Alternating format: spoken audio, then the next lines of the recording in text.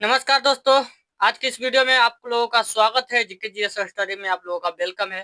तो दोस्तों, आज का हमारा वीडियो है ज्योग्राफी क्लास से चल रहा है आपको, जिसमें टॉपिक है हमारा ज्वार भाटा।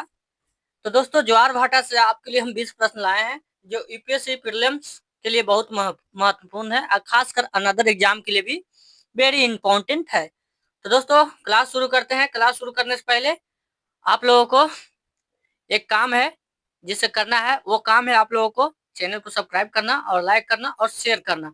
बस आप लोगों को यही काम है। और चलिए क्लास शुरू करते हैं। और जितने भी आप लोग क्वेश्चन का प्रश्न सही कर पाते हैं, वो आप लोग लास्ट बजी कमेंट में बता सकते हैं। तो चलिए शुरू करते हैं क्लास। तो पहला नंबर क्वेश्चन आपसे पूछा जा रहा है। पहले आप लोग पहला नंबर क्वेश्चन पढ़िए। तो पहला नंबर आपसे क्या कहा जा रहा है? कहा जा रहा है कि ज्वार भाटा मुख्यतः किसके कारण होते हैं, यानी जो समुद्र में ज्वार भाटा होता है, यानी ज्वार भाटा वो किसके कारण होता है? तो ऑप्शन ए में है पृथ्वी के धुरी पर गति होने, यानी पृथ्वी का जो धुरी रहता है उस पर गति होने के कारण। ऑप्शन बी में महासागरीय धाराएं उत्पन्न होने के कारण। ऑप्शन सी में है चंद्रमा और सूर्य के गुरुत्वाकर्षण बल के कारण। ऑप्शन डी में है वायु दाब में परिवर्तन। चलिए दोस्तों, आपके पास चार ऑप्शन है। आप लोगों से मैं कहा हूं कि आप लोग कितने क्वेश्चन के सही कर पाते हैं वो आप लोगों के ऊपर है। चलिए आप लोगों को 5 सेकंड का टाइम देते हैं। बताइए, ज्वार भाटा है किसके कारण होता है, मुख्य उत्पन्न होता है? चलिए बताइए, ज्वार भाटा का उत्पत्ति किसके कारण होता है, आप लोग बताइए। तो दोस्तों, इसका राइट आंसर है ऑप्शन नंबर सी, ये चंद्रमा और सूर्य के गुरुत्वाकर्षण बल के कारण होता है, ये ज्वार भाटा उत्पन्न होता है। चलिए दोस्तों, तो आगे हम लोग बढ़ते हैं और दूसरा नंबर प्रश्न आपके सामने हाजिर हो गया। इन प्रश्न का उत्तर बताइए। पूछा जा रहा है आपसे, एक दिन में कितने बार ज्वार भाटा आ सकते हैं? पूछा जा रहा है एक दिन में कितने ज्वार भाटा आ सकते हैं। ऑप्शन ए में एक ही बार, ऑप्शन बी में 2 बार, ऑप्शन सी में 4 बार, ऑप्शन डी में 6 बार। चलिए आपके पास चार ऑप्शन है। चलिए दोस्तों, आप लोगों को उत्तर पता है? जिनको भाई और बहनों को उत्तर पता है आप लोग कमेंट में जरूर बताइए। आंसर आंसर जानते हैं तो आप लोग जरूर बताइए।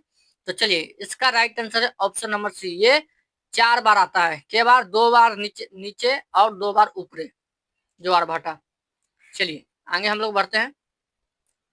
चलिए दोस्तों, आपके पास तीसरा नंबर प्रश्न आ गया, सामने हाजिर हो गया है। चलिए तीसरा नंबर प्रश्न आपके सामने हाजिर हो गया। यहाँ पे कहा जा रहा है, जब सूर्य पृथ्वी के चंद्रमा एक सीधे में हो तो किस प्रकार का ज्वार आता है? यानी जब सूर्य और पृथ्वी के चंद्रमा एक सीध में हो तो किस प्रकार का ज्वार उत्पन्न होता है? चलिए देखिए, यह सूर्य है और ये पृथ्वी है और चंद्रमा एक सीधा है, यानी चंद्रमा एक सीधा है। तो बताइए कैसा होगा? चलिए, ये सूर्य ये चंद्रमा। चलिए दोस्तों बताइए, पृथ्वी है, नीचे वाला पृथ्वी है, बताइए। तो दोस्तों, ये किस प्रकार का ज्वार उत्पन्न कर सकता है? ऑप्शन ए में नीच ज्वार, ऑप्शन बी में समान ज्वार, ऑप्शन सी में महाज्वार, ऑप्शन डी में वैश्विक ज्वार। चलिए दोस्तों, आपके पास चार ऑप्शन है। अगर उत्तर आप लोगों को पता है तो कमेंट में जरूर बताइए। चलिए 5 सेकंड का आप लोगों को टाइम देते हैं। बताइए, जब सूर्य पृथ्वी और चंद्रमा एक सिद्ध में हो तो किस प्रकार का ज्वार उत्पन्न कर सकता है? चलिए, तो दोस्तों इसका राइट आंसर है ऑप्शन नंबर सी, ये महाज्वार उत्पन्न कर सकता है। जब तीनों एक सिद्ध में हो तो महाज्वार उत्पन्न कर सकता है। चलिए आगे हम लोग बढ़ते हैं। चौथा नंबर प्रश्न आपके सामने हाजिर हो गया।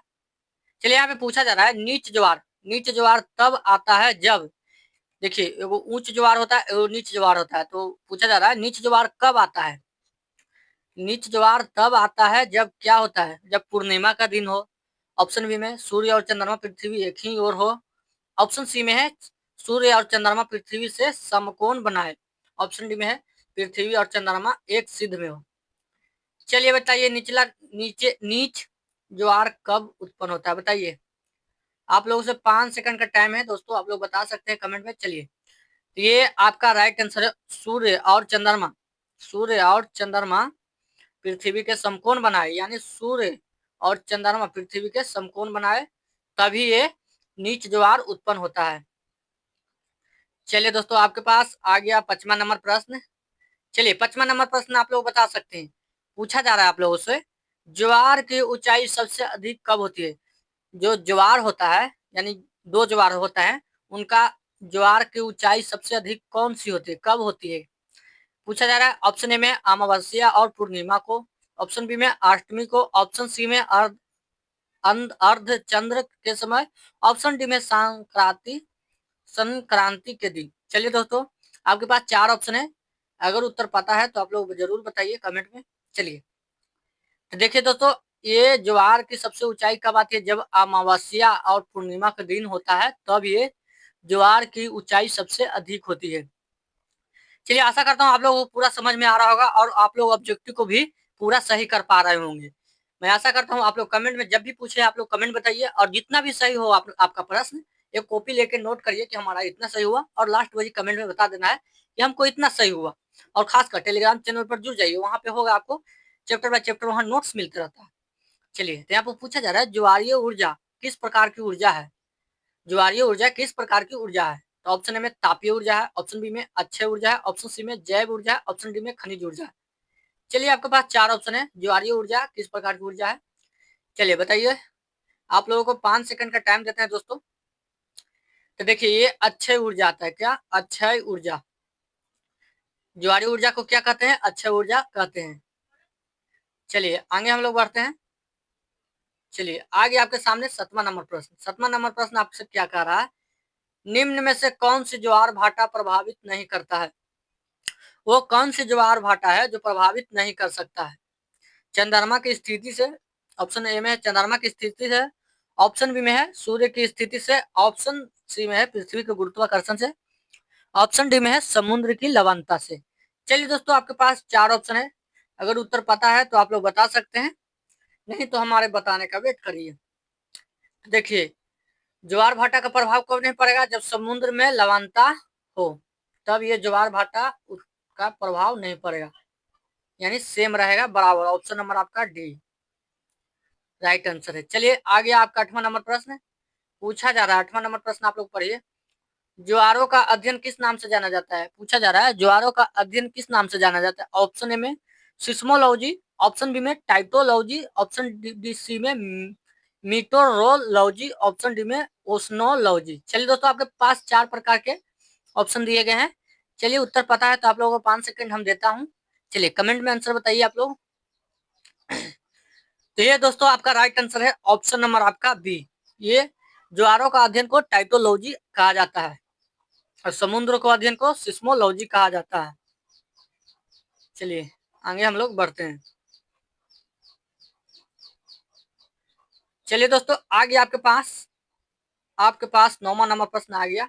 इन प्रश्न को पढ़िए। भारत में ज्वार भाटा ऊर्जा उत्पन्न की संभावना सबसे अधिक कहाँ होती है? पूछा जा रहा है भारत में सबसे ज्यादा ज्वार भाटा आता है, ऊर्जा उत्पन्न होने की अधिक संभावना कहाँ होती है? सबसे अधिक कहाँ होती है?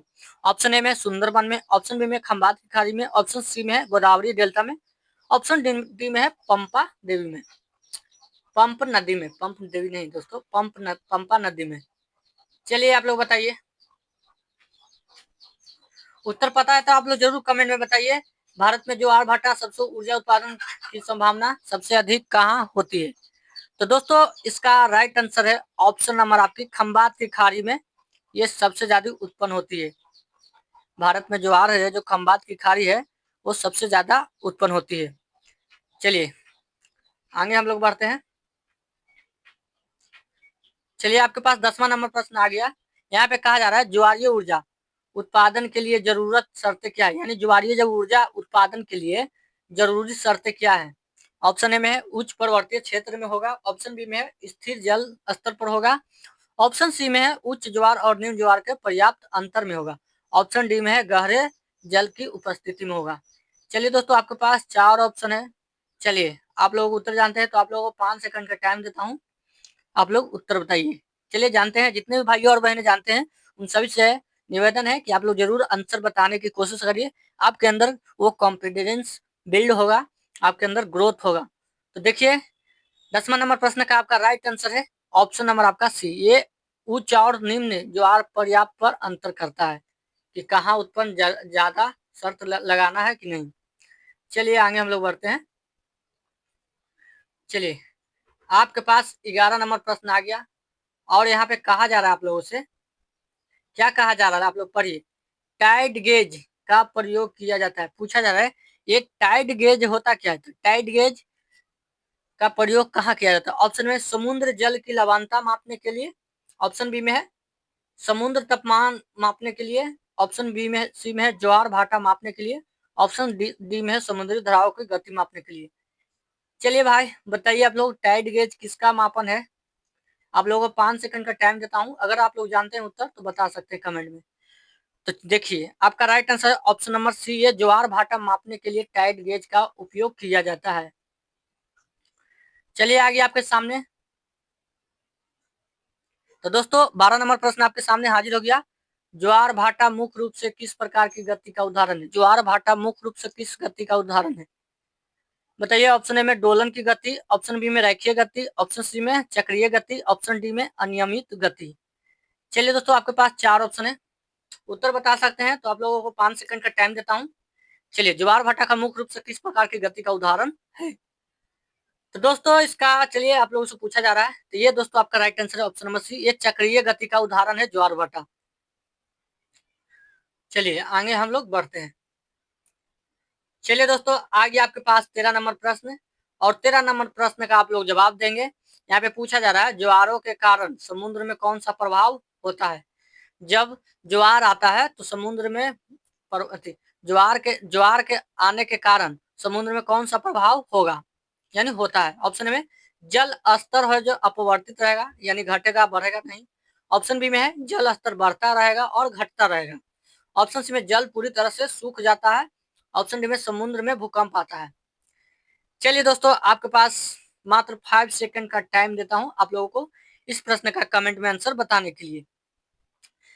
तो देखिए इसका राइट आंसर है ऑप्शन नंबर आपका बी, ये जल स्तर बढ़ता और घटता है किसके कारण? ज्वार भाटा के कारण।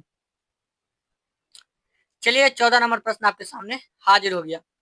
चलिए पूछा जा रहा है महाज्वार और निज ज्वार के बीच अंतराल कितने दिनों का होता है? यानी एक महाज्वार आता है और एक निज ज्वार होता है। चलिए इन दोनों का अंतर कितना होता है? ऑप्शन ए में 2 दिन, ऑप्शन बी में 7 दिन, ऑप्शन सी में 15 दिन, ऑप्शन डी में 30 दिन। चलिए दोस्तों आपको 5 सेकंड का टाइम देता हूं, अगर उत्तर पता है आप लोग को तो कमेंट में बता सकते हैं। चलिए उत्तर पता है तो आप लोग कमेंट में जरूर बताइए। तो दोस्तों ये 7 दिन का अंतराल होता है। कितने दिन का होता है? महाज्वार और ज्वार में के बीच में 7 दिन का अंतराल होता है। चलिए आगे बढ़ते हैं हम लोग। चलिए आगे आपके सामने 15 नंबर प्रश्न पूछा जा रहा है। चलिए 15 नंबर आपसे पूरा प्रश्न पूछा जा रहा है, सबसे अधिक ऊंचा ज्वार किस खाड़ी में आता है? आप लोगों से पहला 15 नंबर सवाल कर रहा है, सबसे अधिक ऊंचा ज्वार किस खाड़ी में आता है? ऑप्शन ए में बंगाल की खाड़ी में, ऑप्शन बी में बिफोट सागर में, ऑप्शन सी में खंबात की खाड़ी में, ऑप्शन डी में फंडी की खाड़ी में। चलिए दोस्तों आपके पास 4 ऑप्शन है, अगर उत्तर पता है तो आप लोगों को दिया जा रहा है 5 सेकंड का टाइम, कमेंट टू आंसर। चलिए चलिए दोस्तों आंसर बताइए 15 नंबर प्रश्न का। तो दोस्तों ये फंडी की खाड़ी में ये सबसे अधिक ऊंचा ज्वार आता है, यानी सबसे अधिक ऊंचा ज्वार कहाँ आता है? तो ये फंडी खाड़ी में आता है। चलिए 16 नंबर प्रश्न आपसे पूछा जा रहा है, ज्वार भाटा के कारण किस क्षेत्र में खेती संभव होती है? पूछा जा रहा है आप लोगों से, ज्वार भाटा के कारण किस क्षेत्र में खेती संभव होती है? ऑप्शन ए में मरुस्थल, ऑप्शन बी में ऊंचाई वाले इलाके, ऑप्शन सी में नदी के किनारे, ऑप्शन डी में मुहाने क्षेत्र। ऑप्शन चलिए बताइए ज्वार के कारण किस क्षेत्र में खेती संभव होती है? चलिए दोस्तों आपको 5 सेकंड का टाइम देते हैं, उत्तर बताइए कमेंट में। चलिए तो इसका राइट आंसर है ऑप्शन नंबर ए, मुहाने क्षेत्र में ज्वार भाटा के कारण किस क्षेत्र में खेती संभव हो सकती है? तो ये आपका मुहाना वाला जो रहता है यही पे खेती का संभव है। चलिए आगे हम लोग बढ़ते हैं, और आपके सामने हाजिर हो गया 17 नंबर प्रश्न। चलिए दोस्तों 17 नंबर प्रश्न का उत्तर आप लोग बताइएगा।